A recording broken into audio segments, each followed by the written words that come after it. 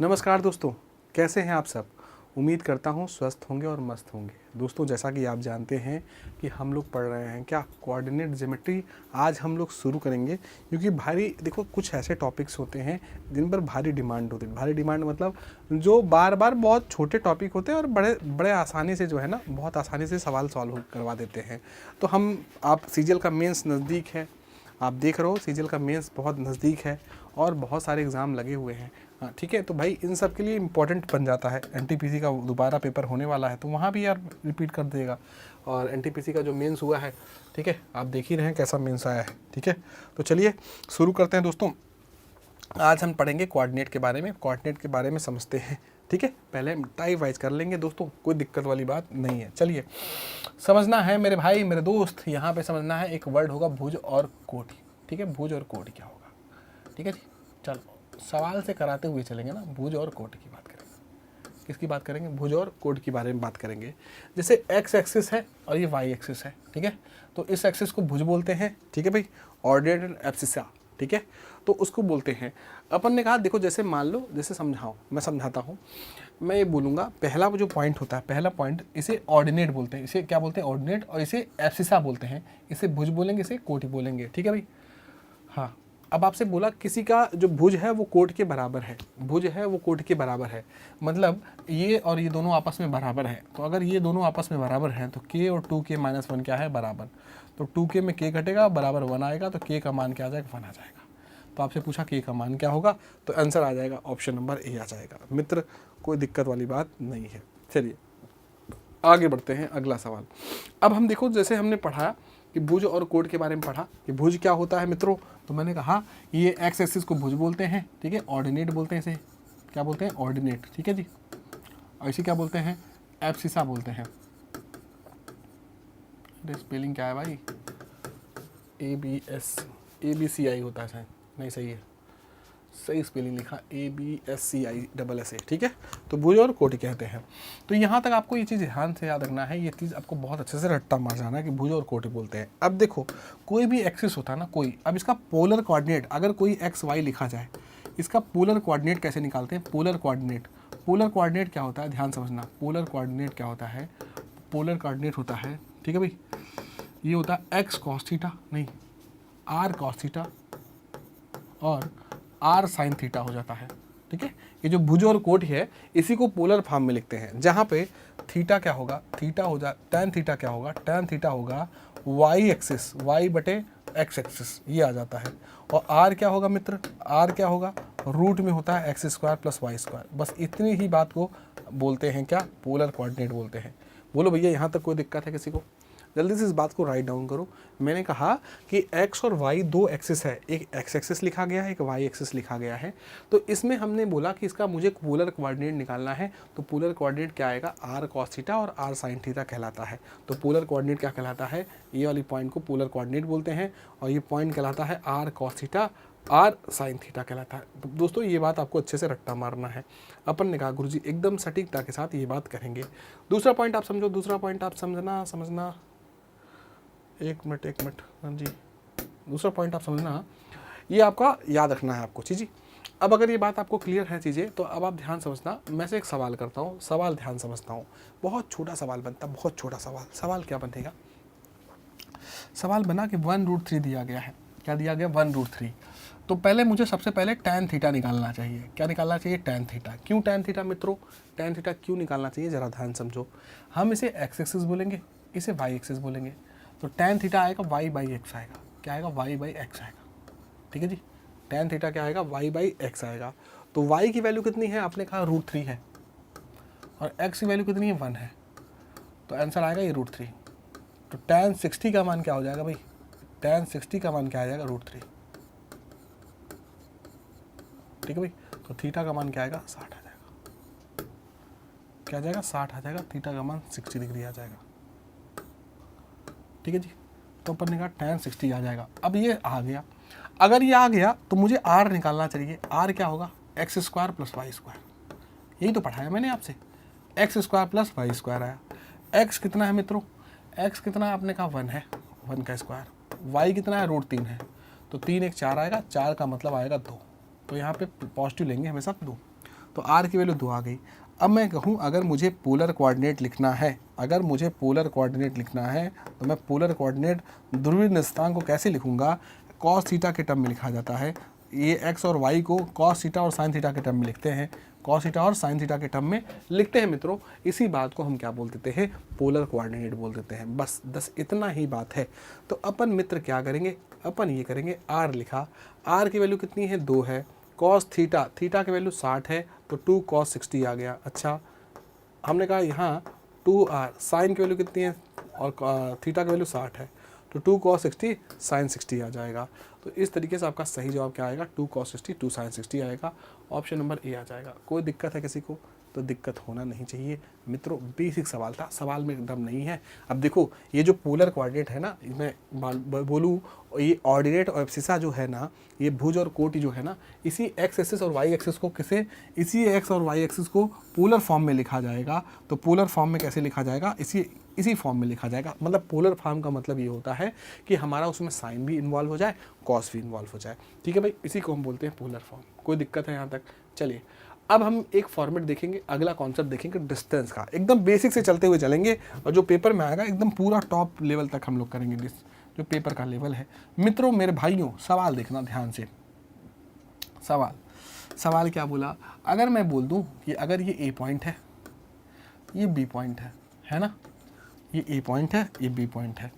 अपन ने ये बोल दिया कि अगर इसे हम एक्स बोल दूं और इसे क्या बोल दूं? वाई बोल दूं, सॉरी इसे बोल दूं x1 बोल दूं और इसे y1 बोल दूं, है ना, और इसे x2 बोल दूं और y2 बोल दूं। मित्रों आपसे बोले कि a से बीच की दूरी क्या निकालना है, तो a से बीच की दूरी d है। तो जो डिस्टेंस का फार्मूला आएगा रूट में आएगा, क्या आएगा? रूट में क्या आएगा? x1 माइनस x2 का whole square plus y1 minus y2 का होल स्क्वायर आ जाएगा। ये डिस्टेंस का फार्मूला आता है और यही डिस्टेंस का फार्मूला हम लोग लगाएंगे और सवाल को बहुत प्यार से कर पाएंगे। क्या कर पाएंगे? सवाल को बहुत प्यार से एंड कर पाएंगे। दोस्तों बस इतना ही सवाल है, इतना ही चीज़ है। तो डिस्टेंस फार्मूला क्या आएगा? रूट में x1 माइनस x2 का square plus y1 minus y2 का स्क्वायर आ जाएगा। बस यही डिस्टेंस का फार्मूला आ जाएगा। कोई दिक्कत है यहाँ पे? कोई दिक्कत होना नहीं चाहिए। तो x1 में हम क्या करेंगे? x2 घटा लेंगे, इसका होल स्क्वायर करेंगे, y1 में y2 घटा लेंगे, इसका होल स्क्वायर कर लेंगे। बस इतना ही सवाल है और कुछ भी सवाल के अंदर नहीं है दोस्तों। बस इसी को हम बोलते हैं डिस्टेंस फार्मूला। ठीक है भाई, तो अब चलिए सवाल देख लेते हैं मित्रों। इसको फटाक से आप राइट डाउन करिए 1 मिनट के अंदर, फिर मैं अगला सवाल करूँगा। चलिए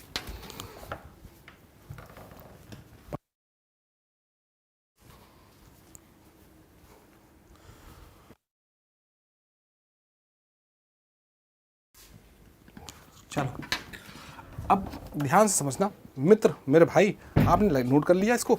चलिए आगे बढ़ते हैं दोस्तों। अब अगला सवाल देखो। सवाल क्या है? 2 और 5 दिया और 6 8 दिया गया। 2 5 दिया और 6 8 दिया गया है। इनके बीच की दूरी निकालनी है मित्रों। अब आप बताओ 2 और 5 है, 2 और 5 है और 6 और 8 है, इनके बीच डिस्टेंस निकालना है। तो डिस्टेंस क्या लगेगा? अपन ने कहा डिस्टेंस का फार्मूला लगाएंगे। डिस्टेंस का फार्मूला क्या आएगा? डिस्टेंस का फार्मूला आएगा रूट में क्या आएगा? x1 माइनस x2 या x2 माइनस x1। तो 6 में से 2 घटाइए, तो अपन ने कहा 6 माइनस 2 का होल स्क्वायर लगाएंगे plus y2 minus y1 8 minus 5 लगाएंगे, 3 आएगा, 3 का स्क्वायर आएगा। तो डिस्टेंस बराबर 4 का स्क्वायर 16 आ जाएगा, 3 का स्क्वायर 9 आ जाएगा। तो 16 9 25 आ जाएगा, रूट 25 का मतलब 5 आ जाएगा। रूट 25 का मतलब 5 आ जाएगा। ठीक है जी। तो हमेशा याद रखना एक पॉइंट, नोट पॉइंट काम की बात, कि डिस्टेंस हमेशा पॉजिटिव होता है। Distance is always positive value. क्या होता है?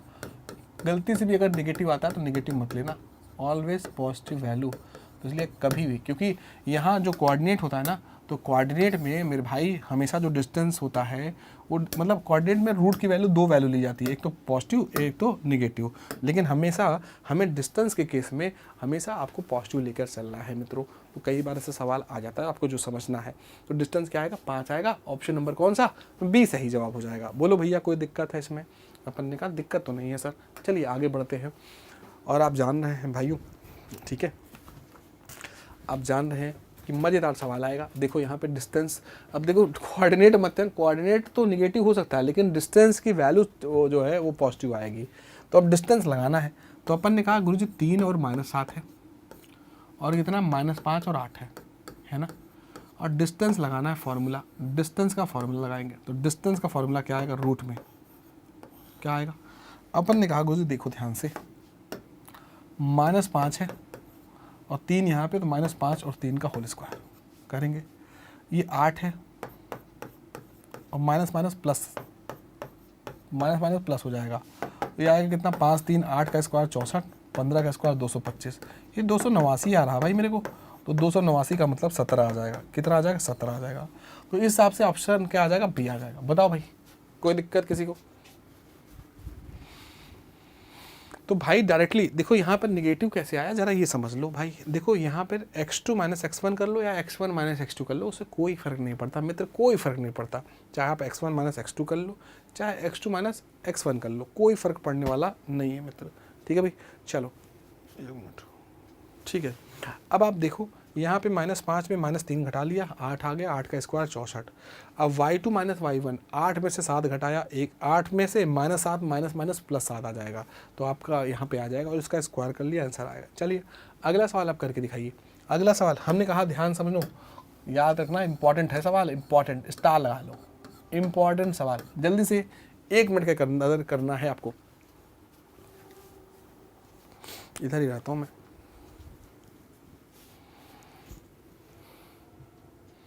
एक मिनट के अंदर इस सवाल को करना है हम।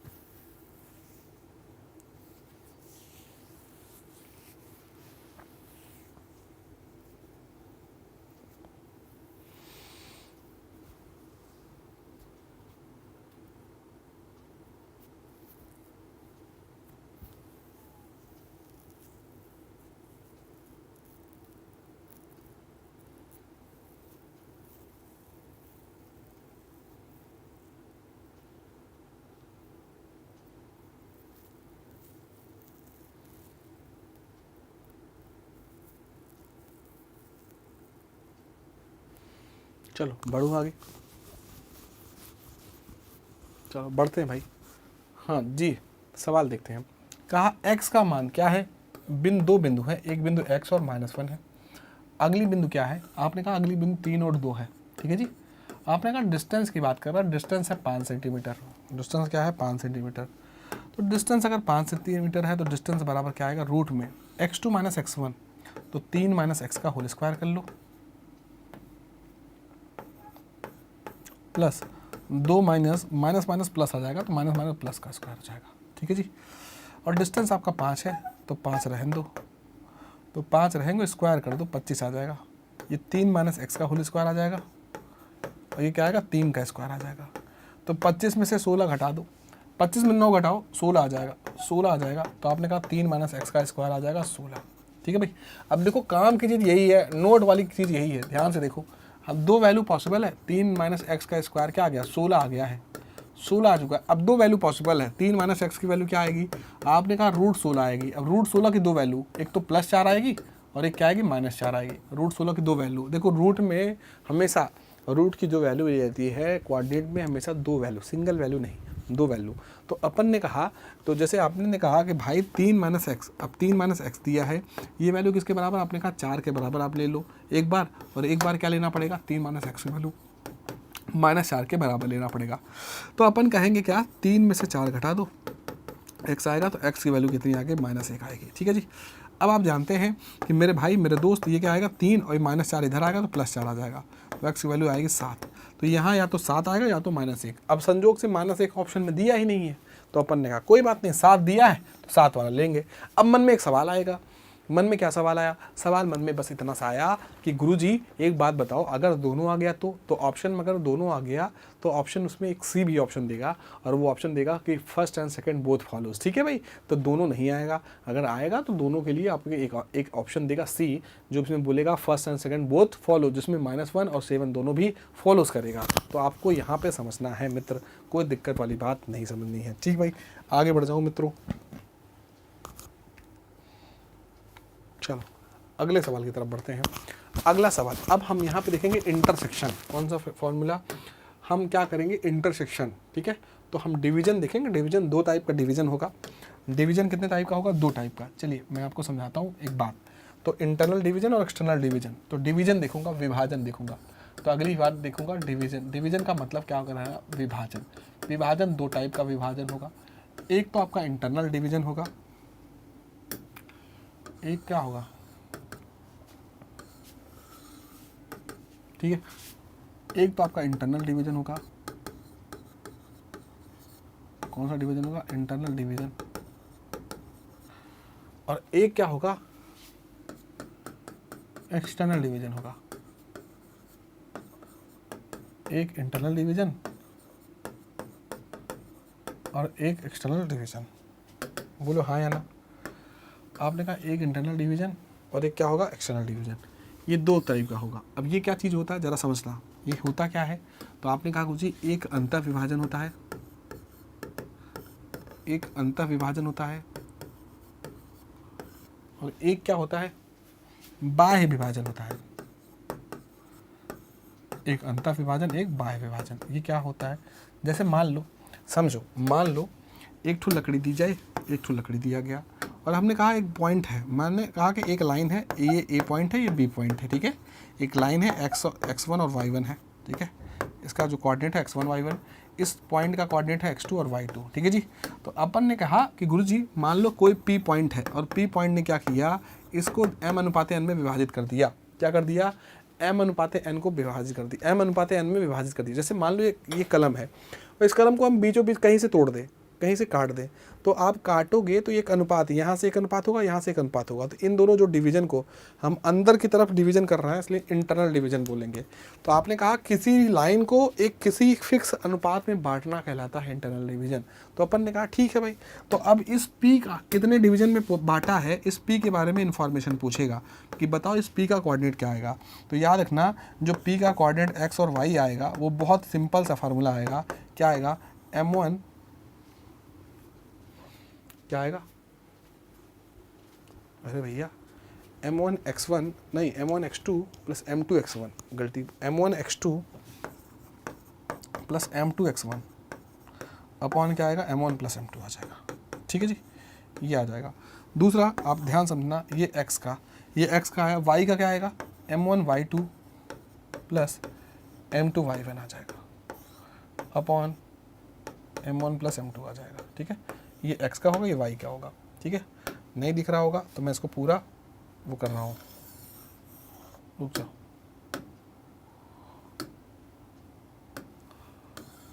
रुक जाओ, अरे यार, चलो मैं इसको छोटा कर देता हूँ। ठीक, हाँ जी, अब ये सही है, अब दिख रहा होगा। हाँ जी, तो अब आपने कहा कि ये चीज़ आपको याद रखना है, m1 x2 plus m2 x1 upon m1 plus m2, m1 y2 plus m2 y1 upon m1 plus m2। अब अगर मैं मान लूँ कि एक रेखा ऐसा दिया जाए, मान लो एक रेखा दिया जाए, और इस रेखा को, ये ए बी रेखा, और इस रेखा को बाहरी कोई बिंदु से हम क्या कर रहे हैं? बाइसेट कर रहे हैं। कोई बाहरी बिंदु, मान लो कोई बाहरी बिंदु P है। ठीक है, इस बाहरी बिंदु हो, तो आप बताओ यहाँ से A से इस पॉइंट की दूरी मान लो m है, और इस पॉइंट की दूरी n है, तो अनुपात आपका m और n का है। तो ऐसे केस में जो p का निर्देशांक xy आएगा, pxy आएगा, कुछ नहीं आएगा, बस सेम फार्मूला आएगा, बस वहाँ निगेटिव, बाहर जब भी आएगा तो निगेटिव लग जाएगा। तो m1 x2 minus m2 x1 upon m1 minus m2 हो जाएगा, और y क्या आएगा? m1 y2 minus m2 y1 upon क्या आएगा? m1 माइनस m2 आ जाएगा। बस इतना चीज़ रट्टा मारना है, इतना है मित्रों, क्या करना है? रट्टा मारना है। तो ये चीज़ आपको ध्यान से रखनी है भाइयों, ये चीज़ आपको ध्यान से रखनी है। ठीक है, तो एक तो ये डिवीज़न होगा, एक तो इंटरनल डिवीज़न ये होगा। अभी सवाल से क्लियर करेंगे, सवाल से। ठीक है, सवाल से क्लियर करेंगे मित्रों।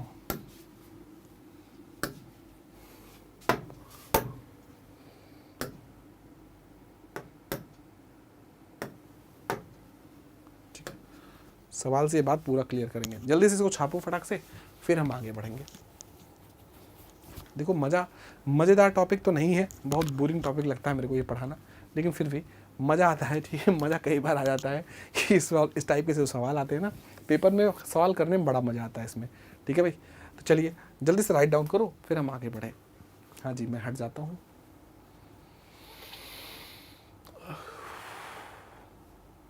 आज तबीयत थोड़ी नासाज हो गई है मेरी, कोई नहीं,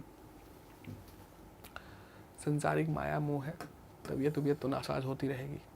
चलिए आगे बढ़ते हूँ, अगला सवाल बढ़ेंगे। अगला सवाल आप समझते हैं, अगला सवाल क्या कहता है। अगला सवाल ये कहता है कि देखो गुरुजी 2 और 3 है, एक पॉइंट है, बिंदु दिया है भैया, बिंदु दिया है, बिंदु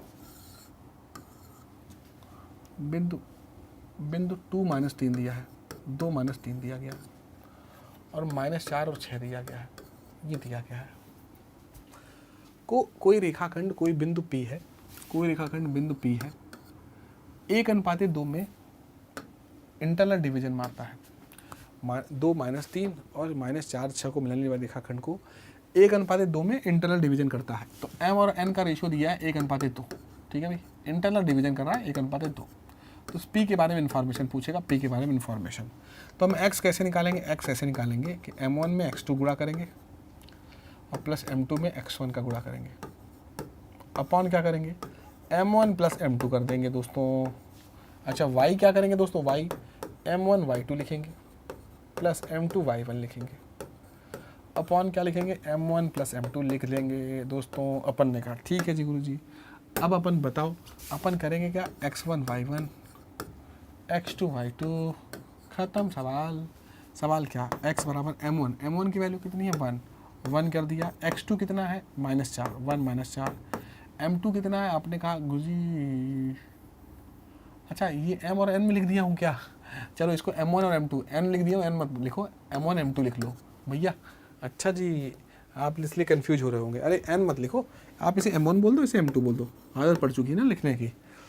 इसको m बोल दो, इसको m2 बोल दो, इसको m1 बोल दो, इसको m2 बोल दो, ठीक है, कुछ नहीं होगा इससे, कोई फार्मूला नहीं, फार्मूले में कोई चेंजिंग होने वाली नहीं है, ठीक है।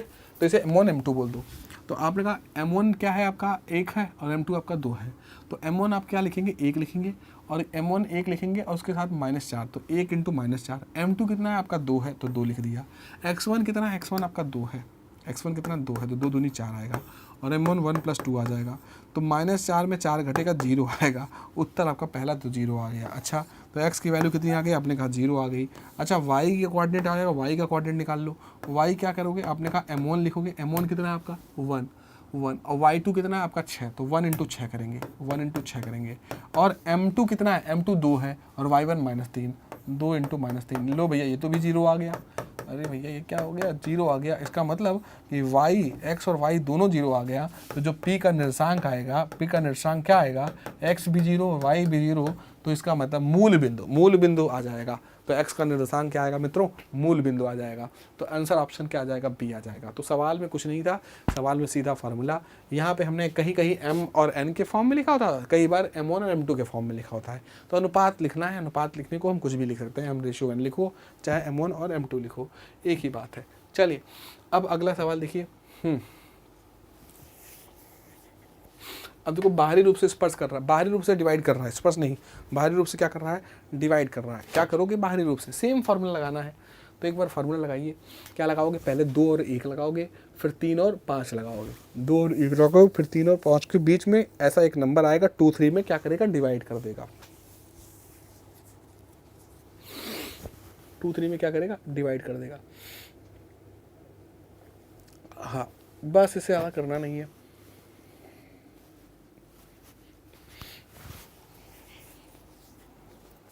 चलो मैं देखता हूँ। मैंने कहा देखो सवाल देखो, सवाल देखो, एकदम बेहतरीन सवाल है।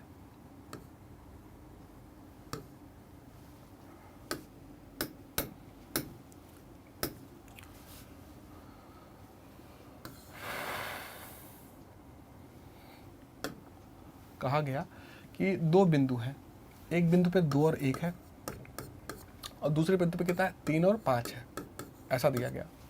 और इसी पॉइंट पर कोई पॉइंट P है, कोई पॉइंट P है, और P पॉइंट पे हमसे बोला गया कि जो P है इसको M1 और M2 के रेशियो में बांटा गया है और ये अनुपात है 2:3 में। अरे सॉरी, बाहरी बांट रहा है ना, तो इंटरनल नहीं डिवीजन मार रहा है, बाहरी डिवीजन मार रहा है, तो बाहरी डिवीजन P मान लो। और ये जो P है, इस P का हमें निर्देशांक निकालना है। अगर M1 की वैल्यू, अनुपात निकाला है, M1 कितना है आपका 2 है, 2:3 में, तो M1 2 है और M2 कितना है, M2 आपका है 3 है, M2 आपका कितना है 3 है, बस ये बोल रहा है। तो हमें इस P का निर्देशांक निकालना है, बाहरी डिवीजन है, तो ये आपका x1 y1 हो जाएगा मित्र, ये x2 y2 हो जाएगा। और बाहरी डिवीजन में बस इतना फार्मूला याद रखना कि x बराबर m1 x2 लिखेंगे और माइनस m2 x1 लिखेंगे अपॉन m1 माइनस m2 लिखेंगे, ठीक है जी। तो m1 x2, तो m1 कितना है आपका, m1 कितना है 2 है, x2 कितना है 3 है, m2 कितना है भाई, m2 कितना है 3 है, x1 कितना है 2 है, और m1 और m2 घटाएंगे तो m1 2 है, m2 आपका 3 है, तो आपका क्या आएगा, 6 में से 6 घटेगा 0 आएगा, तो x का मान 0 आएगा। y का मान चेक करो, y का मान क्या चेक करेंगे, तो अपन ने कहा y का मान चेक करेंगे मित्र, y का मान, तो y1 का मान करेंगे, y1 का मान, y का मान क्या करेंगे, तो अपन ने कहा y का मान हम ऐसे निकालेंगे कि m1 लिखेंगे, m1 लिखा, अरे सॉरी, हाँ m1 कितना है, m1 y2 minus m2 y1 लिखेंगे, अपॉन क्या लिखेंगे, m1 माइनस m2 लिखेंगे दोस्तों, अपन ने कहा बिल्कुल लिखेंगे, ठीक है, अपन ने कहा बिल्कुल लिखेंगे।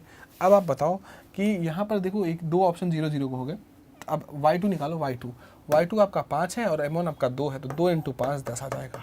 m2 कितना है, m2 कितना है आपने कहा गुरु 3 है, m2 आपका 3 है, y1 कितना 1 है, तो 10 में से 1 और यहाँ पे 2 में से 3 घटा दो, तो 10 में से 3 घटाओ भाई, 10 में से 3 घटाओ, 10 में से 3 घटेगा 7, 7/1 करोगे तो -1 करोगे तो -7 आएगा। इसका मतलब जो P का कोऑर्डिनेट्स आने वाला है वो x और y आएगा, और x की वैल्यू तो 0 है और y की वैल्यू -7 है, तो 0 -7 आंसर आ जाएगा। ऑप्शन नंबर कौन सा, ऑप्शन नंबर डी फॉर देवों को देव महादेव आ जाएगा, बिल्कुल भाई, तो डी क्या आ जाएगा, देवों को देव महादेव, ठीक है भाई, तो कोई दिक्कत वाली बात नहीं है मित्र, ठीक है भाई। चलो, अब अक्सर सवाल ये पूछेगा, अगर ये सवाल आप करोगे तो एक सवाल अक्सर आपसे पेपर के अंदर बनेगा, वो सवाल क्या बनेगा, सवाल ये बनेगा मित्र, सवाल ये बनेगा कि आपसे ये बोलेगा कि देखो भैया ध्यान समझना, आपसे ये बनेगा कि आपसे यहाँ पर रेशियो जो है ना P की वैल्यू दे देगा और आपसे पूछेगा नहीं कि इंटरनल डिवीजन है एक्सटर्नल डिवीजन। तो आप ऐसे केस में जब डिवीजन ना दिया हो, जैसे A है और P है, ठीक है, तो अपन ने क्या करा, अपन ने करा गुरुजी ये P कोई मान लो इंटरनल डिवीजन मान लिया करो। ऐसे केस में आप क्या कर लिया करो, इंटरनल डिवीजन, आपने कहा अगर नेगेटिव आया तो समझ जाना एक्सटर्नल डिवीजन होगा, तो इसे m1 m2 लिख दिया। और आपसे बोला गुरुजी P का मान क्या है, 1:2 है, ठीक है, P 1:2 है, और पहली लाइन जो है, पहला पॉइंट 2 और 1 है, ठीक है, और दूसरा पॉइंट क्या है 7 और 4 है, ठीक है। तो जो m1 और m2 होगा, m1 और m2 का बीच में हमेशा पूछेगा, ठीक है भाई, m1 और m2 के बारे में हमेशा पूछेगा, तो आपको कुछ मत करना, ठीक है, कुछ मत करना। आप अगर देखो इंटरनल डिवीजन पहली बात मान लेना, नेगेटिव आएगा तो समझ जाना एक्सटर्नल डिवीजन है, तो आप पहले इंटरनल डिवीजन मानना। और दूसरी बात, आप जो P की वैल्यू है ना 1 2 है, यहाँ पर जो m1 और m2 है उसको आप फिक्स वैल्यू मानना। क्या फिक्स वैल्यू मानना, इससे फ़ायदा हो जाएगा आपका, उसको एक फिक्स वैल्यू मान लो। ये अनुपात मान लो k/1 है, मान लो क्या है k/1। जब भी अनुपात आपसे पूछे तो आपको हमेशा क्या मानना है, नोट पॉइंट करना है, स्टार लगा देना। जब भी अनुपात पूछे तो आपको क्या मानना है, k/1 मानना है, बस इतना ही करना है तुमको, और दिमाग नहीं लगाना है, इतना ही करना, k/1 मान लेना और बात क्लियर हो जाएगी, कोई दिक्कत वाली बात नहीं है। तो अपन ने कहा ठीक है भाई, तो x बराबर क्या लिखेंगे, x बराबर आप लिखोगे m1 x2। केवल एक ही से बात पूरी क्लियर हो जाएगी दोस्त, x से ही पूरी बात क्लियर हो जाएगी।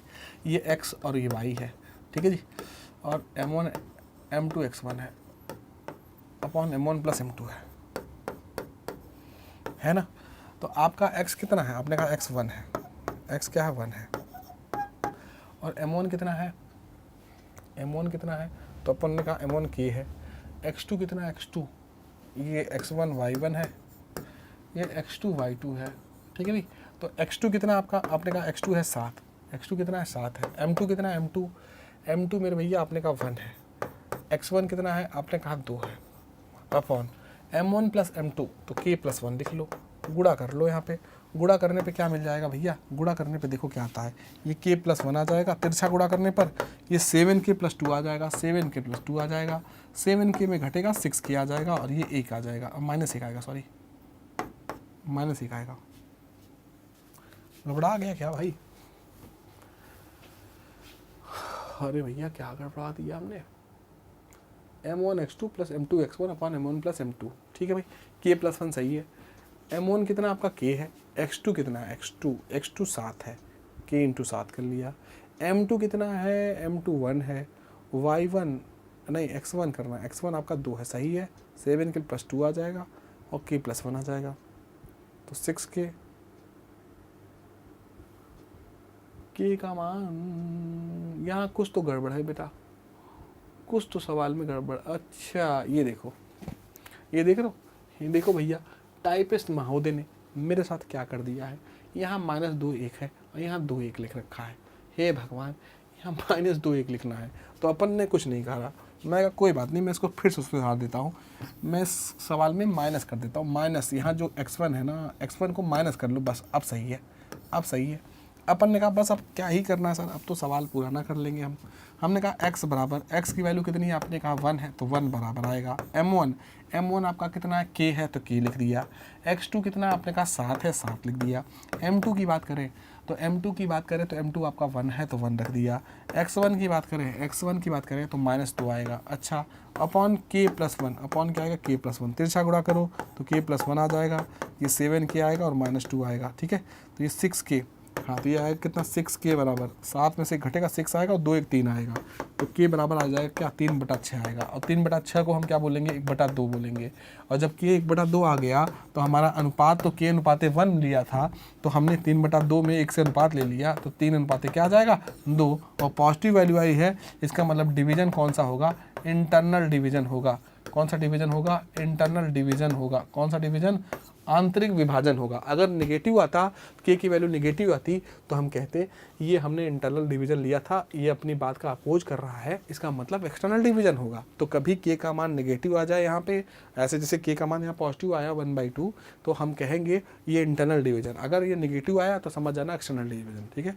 इतना ही सवाल है, इस सवाल के अंदर बस इतना ही सवाल करना था और कुछ भी सवाल के अंदर नहीं था भाई। तो सवाल हम इस तरीके से सॉल्व कर पाएंगे। चलिए दोस्तों, जैसा कि हाँ जी, बोलो भैया इसमें कोई दिक्कत, तो जल्दी से छापिए फटाक से भाई।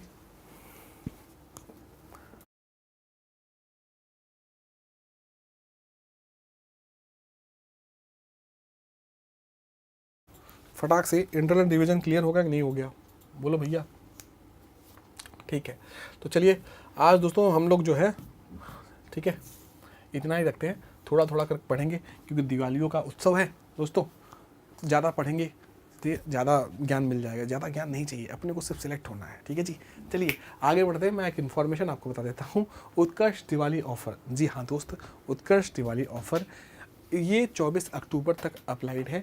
तो आप दोस्तों, मैं आपको बताना चाहूँ, मैं आपके त्योहारों में बिल्कुल खलल नहीं डालना चाहता हूँ, इसलिए थोड़ा थोड़ा करके पढ़ेंगे, लेकिन हाँ पढ़ाई हमारी कंटिन्यू रहेगी, जिससे हमारी पढ़ाई छूटे ना। तो समझिए, मैंने कहा उत्कर्ष दिवाली ऑफर 24 अक्टूबर तक है। उत्कर्ष ऐप में एसएससी और रेलवे के सभी कोर्सेज पर अप टू 90% का क्या चल रहा है, ऑफर चल रहा है, तो आप इसे ग्रैब कर सकते हैं। साथ में टॉप कोर्सेज पर 13% का एक्स्ट्रा डिस्काउंट मिल रहा है, तो आपको 13% का एक्स्ट्रा डिस्काउंट मिल जाएगा।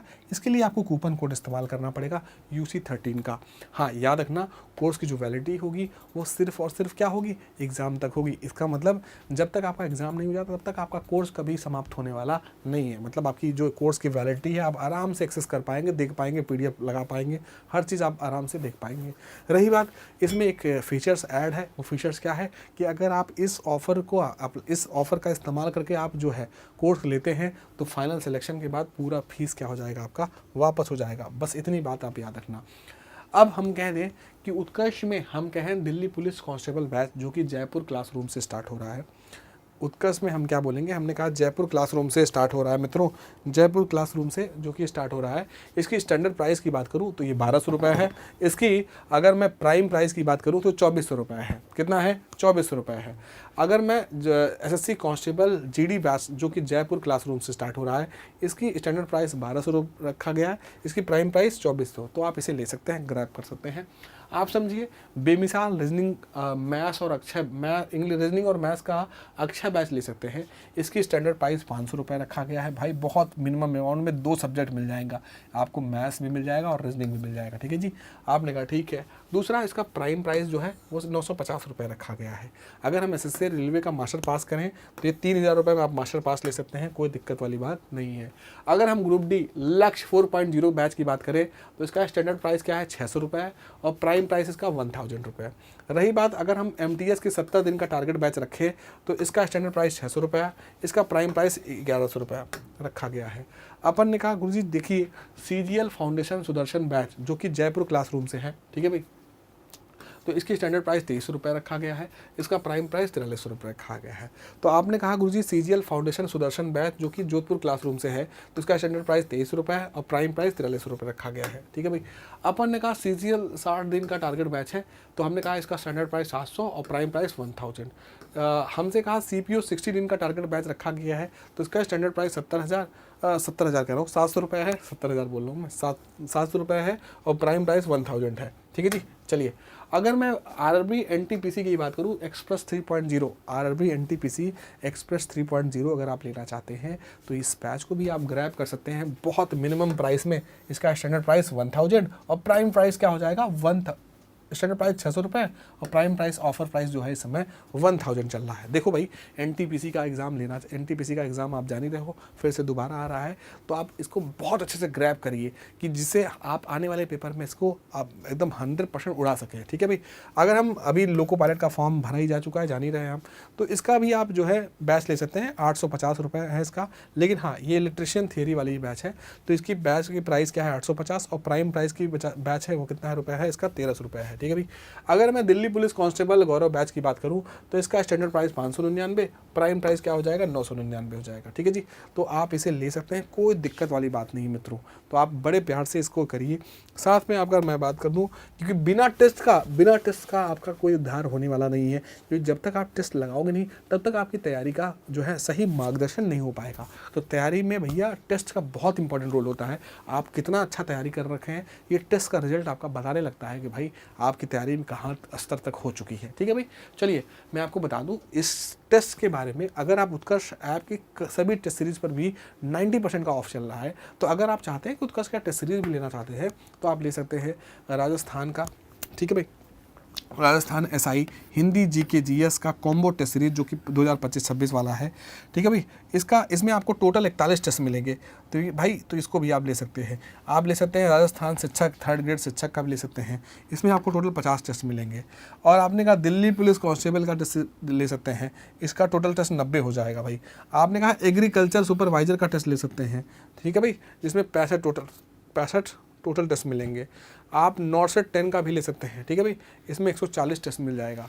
अगर आप देखें तो ये सारे ऑफर्स आपको मिल जाएंगे दोस्तों, तो आप इसको बहुत जल्दी ग्रैब करने की कोशिश करिए, अटैम्प्ट करिए, क्योंकि कहीं ये मौका आपके हाथ से दोबारा ना चला जाए, ठीक है भाई। तो चलिए दोस्तों, आज के लिए इतना ही रखते हैं। आपका दिन शुभ हो, धन्यवाद।